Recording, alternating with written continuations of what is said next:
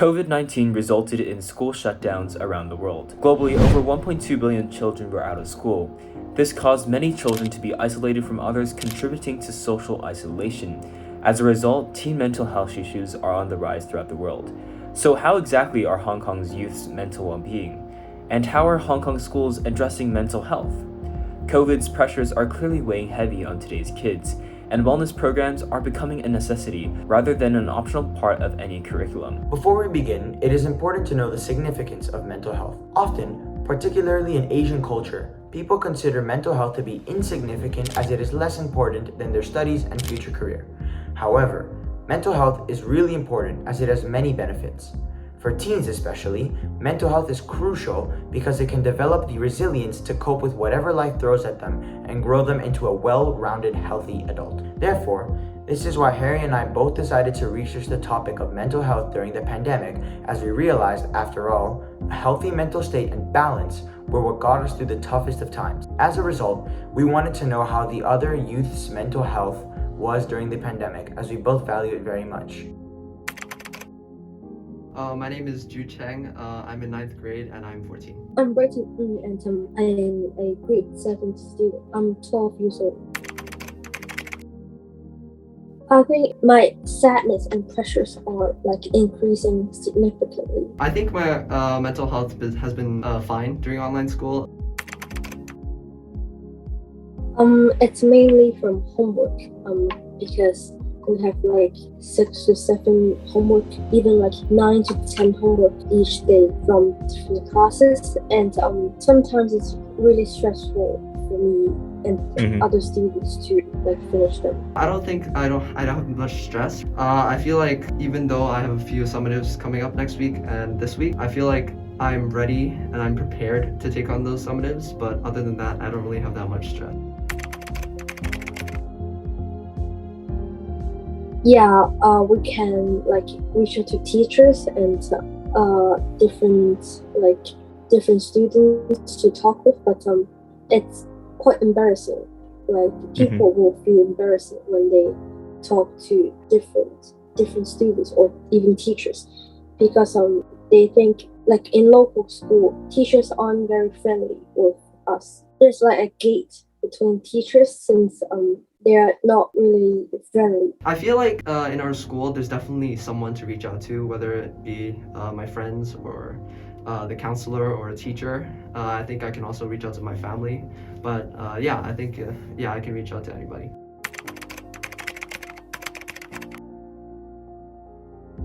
I suppose they can change the schedule, since 9 class in a day is quite stressful for us.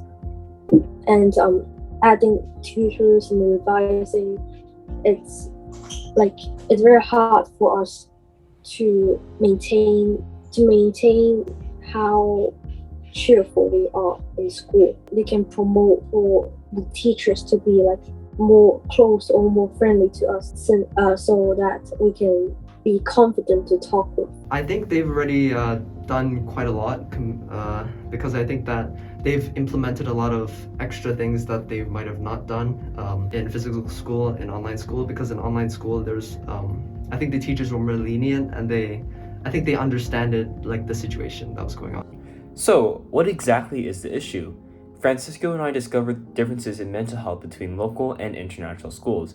After interviewing Ju Cheng from HIS and Brian Ng from a local school, we discovered that local school students were more stressed and had a more unhealthy mental state due to the workload and lack of well-being support. Francisco and I began to question why this was the case, and we eventually discovered that one of the main issues was Hong Kong's socioeconomic positions. As a result of Hong Kong's limited land size, people were forced to live in confined houses.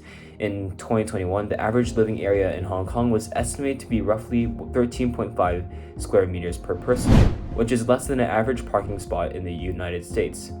Families are forced to live in these spaces, and because they are small and crowded, they desire a better life. As a result, parents assume that if their children want a better life, they need to have a better job that would supply them with more essentials. And in order to earn a better career, they must attend a good university. And To do that, the children must perform well on their exams. This is one of the reasons why Hong Kong's kids are under a lot of stress, because their already demanding workload is being added to by an abundance of private tutors. Brian, for example, attends tutoring sessions every day of the week, with just Sundays off. This is really harmful for his mental health, and Brighton is not alone. Private tutoring is used by 64% of local school pupils, which has a substantial impact on their mental health. Additionally, the increase in workload is another cause for the poor mental health. In a recent study done by LegCo, it was reported that local secondary and primary school students have an average of 50 hours of homework each week, which is around 7 hours of study each day. And compared to the 20 hours claimed by international schools, which is around 3 hours each day, that number is significantly high. Therefore, this is why these students have to face an increased amount of stress, which is not healthy for their mental well-being. Because of this, it was reported that over 50% of secondary school students experience depression, and with COVID, it's even worse. And to put that into perspective, that's over 100,000 local secondary students. Thus, it is no doubt that local school students have increased stress levels and depression than international schools, as they are facing considerable amounts of workload, pressure, and a lack of support. The topic of mental health is a major issue in Hong Kong society, and if the damage caused by the pandemic is not addressed, it is without a doubt that health and well-being for the youth are at serious risk. This is why Harry and I both believe the Hong Kong government should take action to help solve this issue. We believe the government should introduce a regular widespread mental well-being counseling program for all students in local schools. This could not only help students manage their stress levels with their workload, but also ensure a better mental mindset for a day at school. As homework is a major contributing factor in the mental health issues of local school students, we also believe the government should cut down on the workload. For example, in Finland, there is no homework. This not only allows students to have more time for themselves, but it is also reported to be more beneficial. Students in Finland have a better mental state and are able to enter top-tier schools.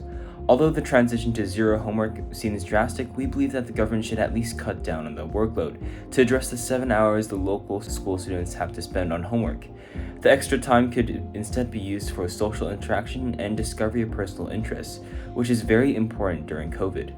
Last, but certainly not least, we believe local schools should initiate parent talks about mental well-being. For many children, it is the parents who enroll them into tutors, and as we said before, this causes even more stress for the students. But if there are talks about mental well-being, the parents could gain a knowledge and understand the stresses of a child. With these solutions, local school students can have a healthier mental well-being and less stress from homework. Therefore, they can do more activities that can benefit them in the future. Whether it's finding a new hobby or learning a new sport, these activities can develop a sense of balance and purpose in their life, which can ultimately promise a brighter future.